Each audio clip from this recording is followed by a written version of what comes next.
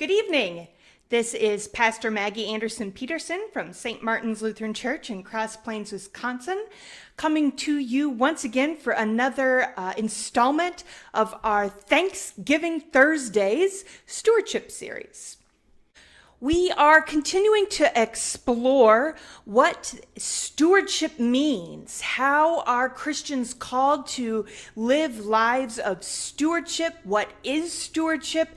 Because it's a big churchy word, right, that we may or may not understand. And we're not really sure how it's applicable to our lives outside of church. So this week we are going to be focusing on stewardship is gracious and grace-filled. Well, now that sounds kind of like two ways of saying the exact same thing, you might say. Well, perhaps. But there are differences in the ways that we talk about the word gracious in our everyday lives. Gracious meaning, generosity, right? And then there's the Christian understanding of the concept of grace, something that I will only barely scratch the surface of in this discussion tonight. But it is intrinsically related to how we are in relationship with God and relationship with each other. When we sin, which is sort of the opposite of grace, if you will, when we sin, we are breaking our relationship with God. It's not necessarily that we've done a bad thing. It's that whatever we did caused us to break our relationship with God and God's people. Therefore, grace is the gift from God that we receive that reconciles us, brings us back into relationship with God and the rest of God's people.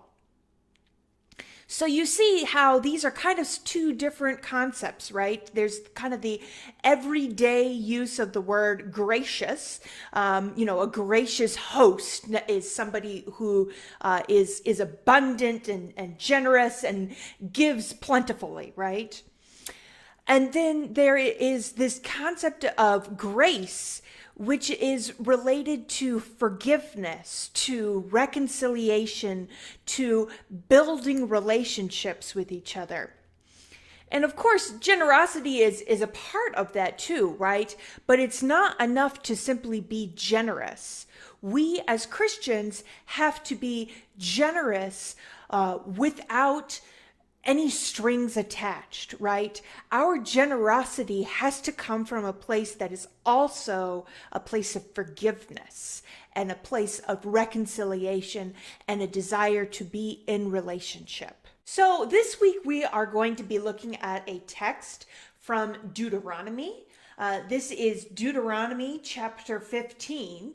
And for those of you who are not aware, Deuteronomy is part of the texts that contain the Hebrew laws, the Mosaic laws. And a big part of those laws, it's not just about laws that were imposed willy-nilly on the Hebrew people just for the sake of giving them rules to live by.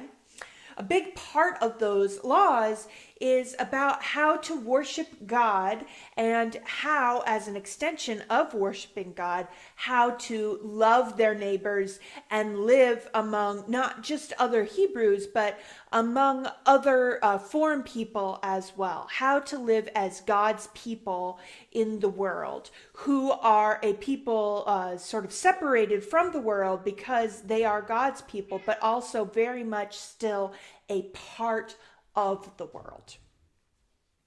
So let's dig in, shall we? So again, we are looking at Deuteronomy chapter 15, verses 7 through 11. If there is among you anyone in need, a member of your community in any of your towns within the land that the Lord your God is giving you, do not be hard-hearted or tight-fisted toward your needy neighbor. You should rather open your hand, willingly lending enough to meet the need, whatever it may be. There are a few points of emphasis in this first portion of the text. When the text talks about the land that God is giving you, they are referring not just to the Holy Land, to the Promised Land, but also to this idea that what for the Hebrews would be the main source of their livelihood, their wealth maker, right? The land.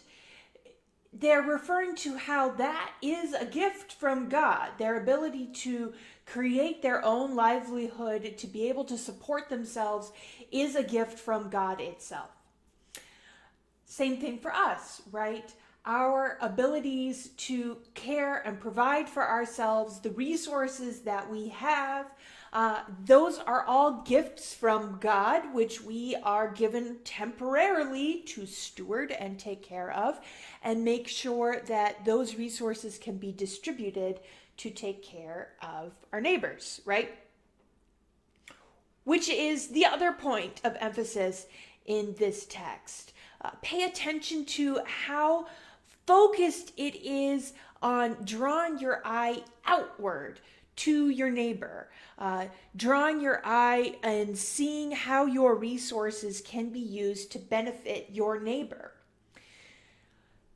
What this text is saying is that when we have resources to give, when we have money to spare, even if it doesn't feel like it's to spare for us, right? When we have resources available, then we have an obligation to always have our eyes and our ears open to the needs of our neighbors, making sure that we are aware of wherever there is need in our community and that we are responding to that need. Be careful that you do not entertain a mean thought, thinking, the 7th year, the year of remission, is near, and therefore view your needy neighbor with hostility and give nothing. Your neighbor might cry to the Lord against you, and you would incur guilt. Give liberally, and be ungrudging when you do so, for on this account the Lord your God will bless you in all your work and in all that you undertake. Now, this next portion of the text is referring to an idea that was promoted in the earlier portion of the text, which is this idea of Jubilee, this idea that in the 7th year, every 7 years, all debts are to be forgiven. Can you imagine? My husband and I purchased a house at the beginning of this summer, and so now we find ourselves having a mortgage, right? Can you imagine how different our economy would be if all forms of debt were forgiven after the 7th year? I mean, really, whoa. But it is this idea that when you give, you do not give with the understanding that lending, giving, borrowing money is to be a money-making endeavor on the part of the giver, right? The lender. It is supposed to be an act of generosity, a selfless act of generosity.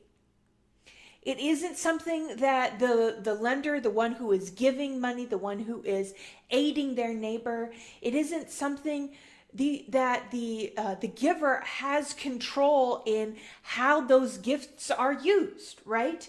This is money and gifts that are freely given. No strings attached, no caveats, no prerogatives, no judgment, right? Freely given as a gift. Because anything less than that is not a gift. We should give as freely and abundantly and unreservedly to others the same way that God gifts us with grace and forgiveness. no strings, no expectations, no caveats on this is going to change the way our relationship is going to be. This is going to change how we be in relationship with each other. No. Free gifts. We also don't get to choose who we give to, right? We don't get to choose who is worthy of our generosity and who is unworthy of our generosity. Because the text says that you are not to view your needy neighbor with hostility and give nothing, or your neighbor might cry to the Lord against you. Stewardship, giving, being generous, these are all things that are supposed to reconcile our relationships with our neighbors, right? So that we see each other not as being in a relationship with duty and obligation, right? But we see each other as being part of a relationship that is free and open and completely filled with grace and compassion and understanding. Since there will never cease to be some in need on the earth, I therefore command you, open your hand to the poor and needy neighbor in your land. I think this last part of the text is probably, at least for me, the most difficult part of all. Since there will never cease to be some in need on the earth.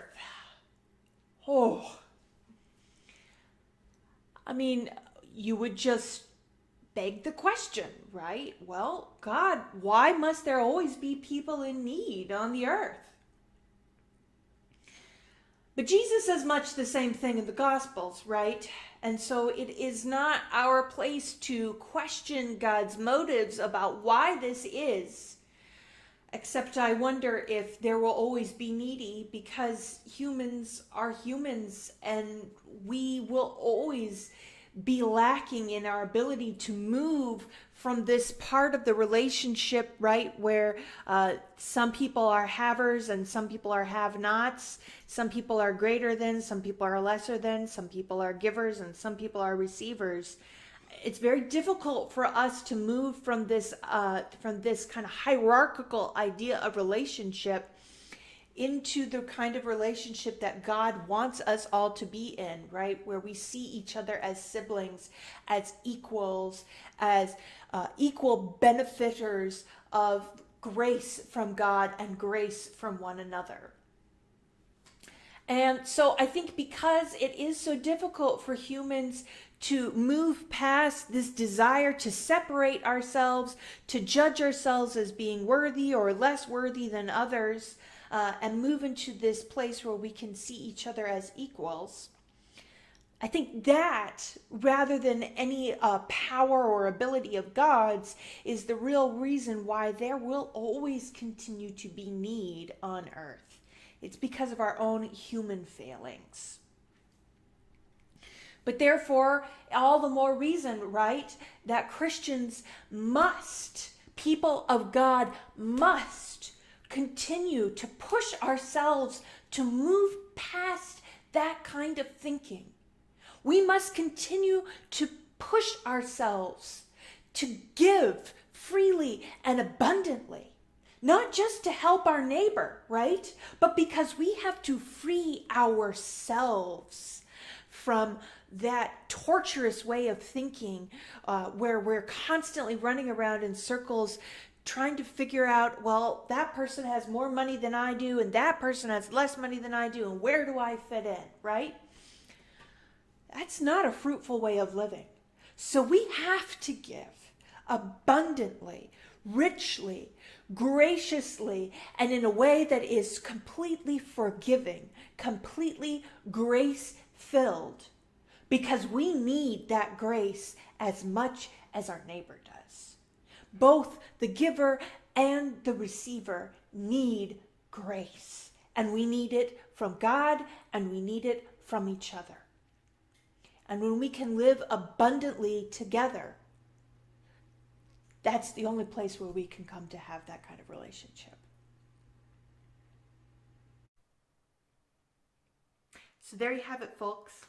Stewardship is gracious in that it is generous and kind and constantly looking out for the needs of others, drawing us outward to look out for the needy among us. And it is grace-filled in that relationship between the giver and the receiver, there is grace, there is forgiveness, there is compassion and seeking to understand each other so that we move away from the relationship of the have and the have-not to a relationship of true equals, seeing each other truly as both beloved children of God. I hope you enjoyed the video this week, and stay tuned next week for our next installment where we're going to be talking about using stewardship as one of our own daily spiritual practices. Yes, indeed, I said it. Stewardship, money, finances, giving, all of that as a daily spiritual practice. Bye.